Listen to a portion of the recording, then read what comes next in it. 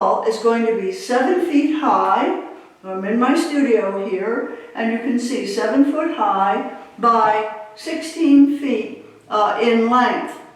And the walls are going to be made out of artwork that I've done in the past.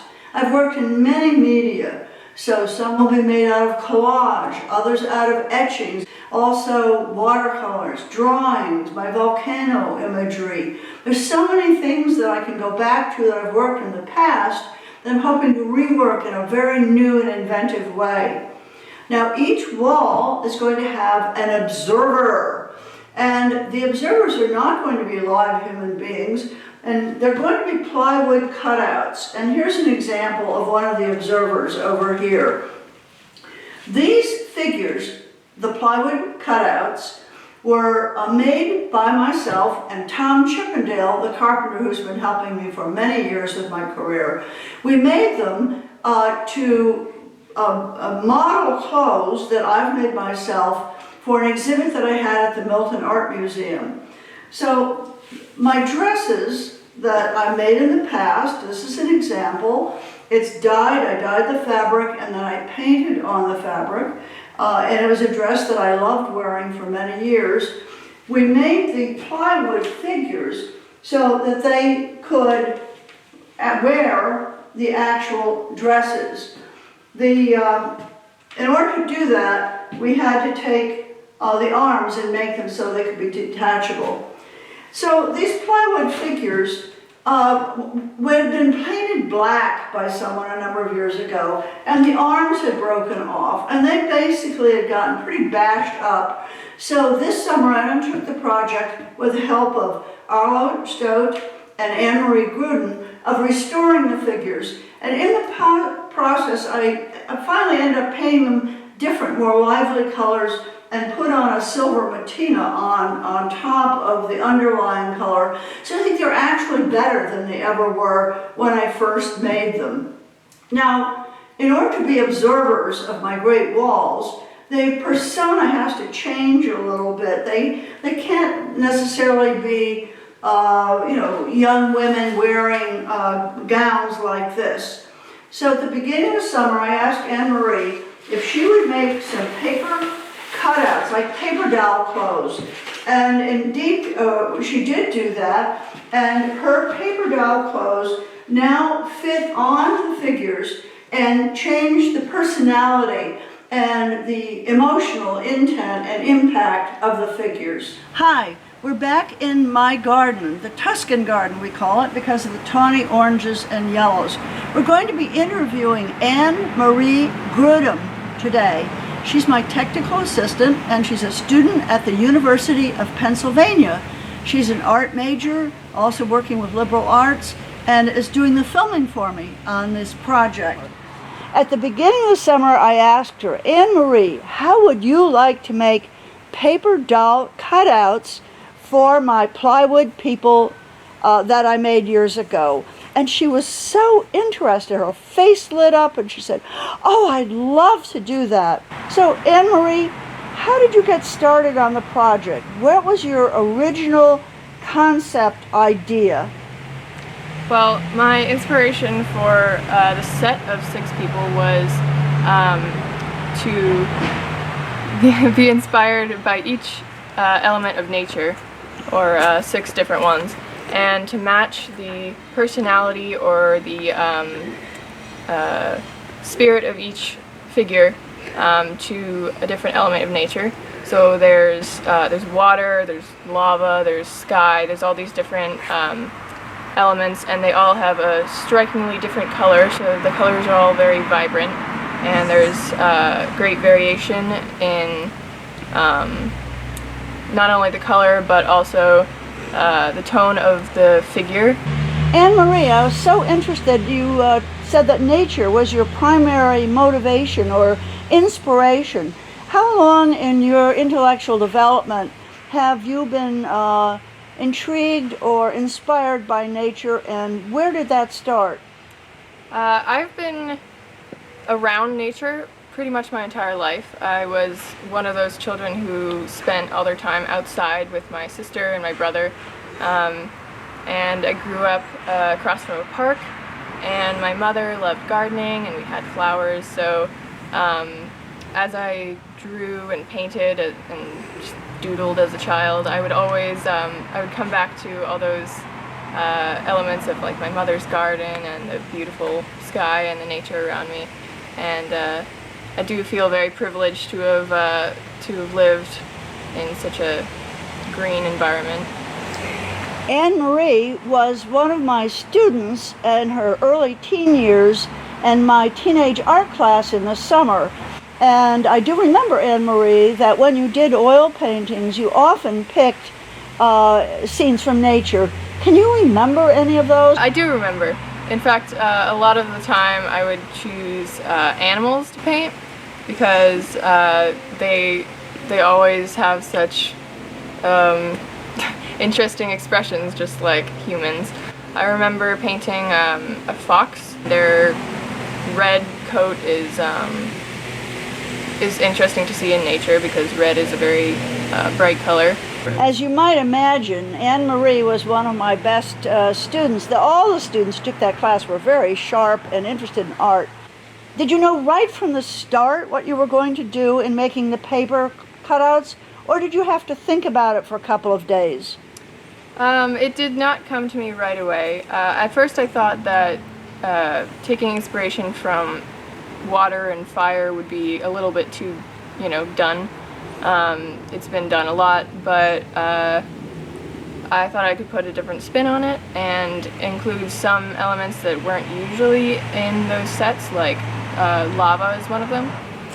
I remember when I first suggested the project to you, I said, well, maybe you could have all the figures tell a story, perhaps like a fairy tale or an imaginary group of people. But I gather that you dropped that in favor of the symbolism from nature. Yeah, there isn't a whole lot of connection between the actual characters, I guess. They are all connected by the theme of nature, but my idea was just to give them like each a different tone. Mm-hmm. So the element of nature sort of reflects their spirit or their personality. Mm-hmm. That's very interesting because when I first made these figures, I had the idea for making them. There was not a consistent theme. Each figure was designed to display a different garment that I had made. And the only thing that tied those garments together was the fact that I made them. So one looked Asian, one looked African, one was sort of like a rite of spring imagery. Then there's the man and the woman going to the New Year's Eve party. So there never was a consistent story. So it's not surprising that that did not come up as a good fit. We're going to discuss the techniques that you used. It was so interesting interviewing Anne-Marie about her paper cutout figure project that she did this summer for the plywood figures. Just to give you and the audience an idea of where these figures originated, I made them to hold clothes that I had made when I had an exhibit at the Milton Art Museum. You can see that this figure is now more copper, and that originally she was kind of a more golden figure. She's also wearing a Korean fabric dress that I no longer have. I gave this dress away. Regrettably, I do wish I had it. As you can see, we've decided to recreate the shape of actual paper doll clothes.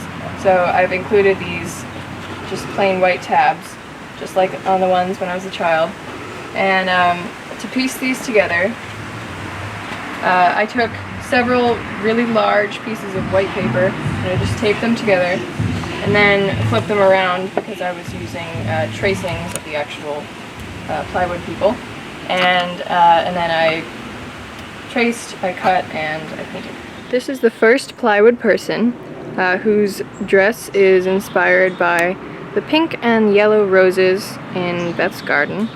As you can see, the frills on each layer of the dress are ombre'd with yellow, and they're supposed to look like petals, and her off-the-shoulder sleeves are frilly-like petals as well.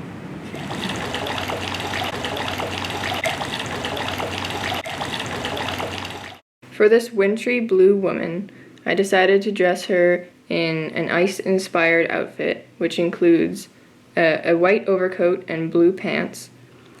As you can see, her snow-white coat has silver fringe and icicles hanging from both the sleeves and the coattails. She also has blue pants that mimic the shadows in winter, which complement the white very nicely. Here at the top, I've also added this lacy collar, which could be made of ice crystals or snow. I thought it might add too much white to the picture, so this is optional and it is removable.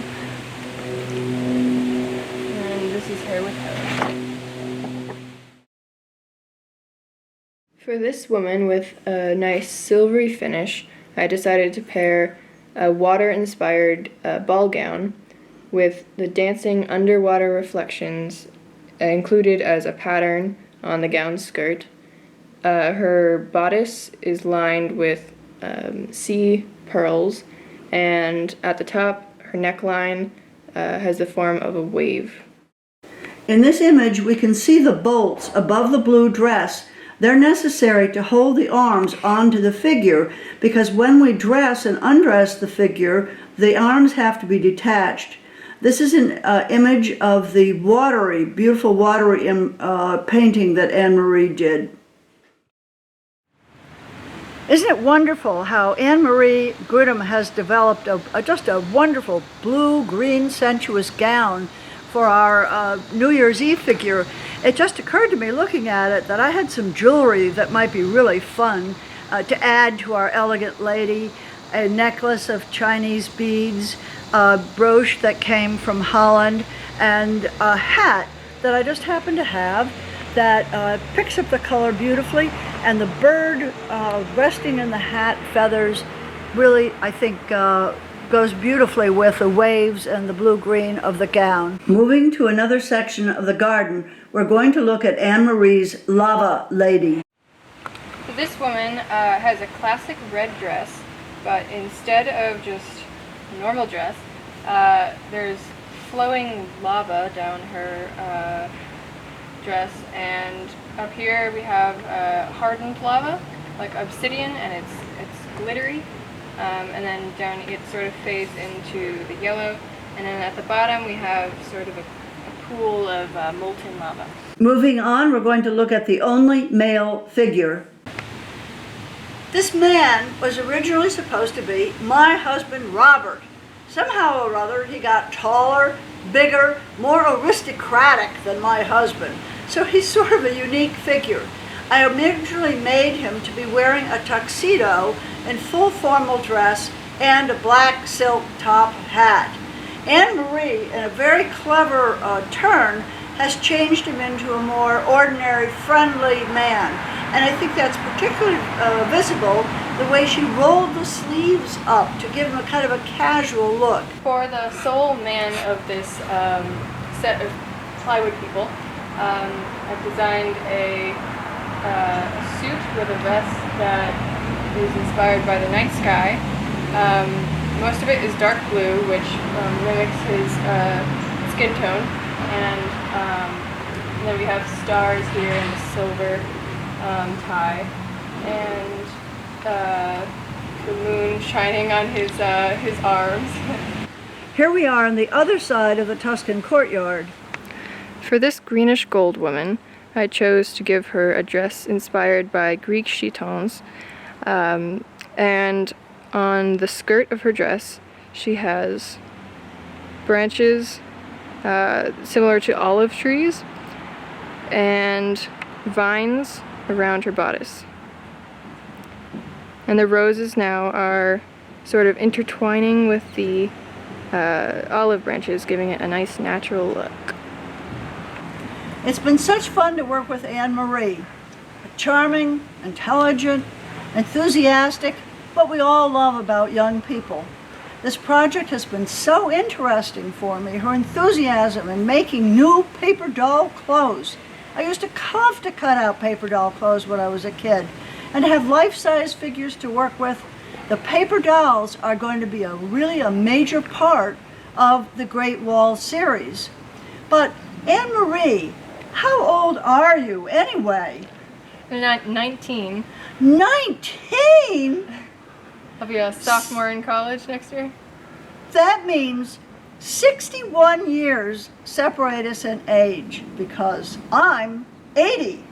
I think we have a great collaboration, proving that us old folks can get along with those twerpy chirpy young people any day. Thank you so much, Anne-Marie. Thanks.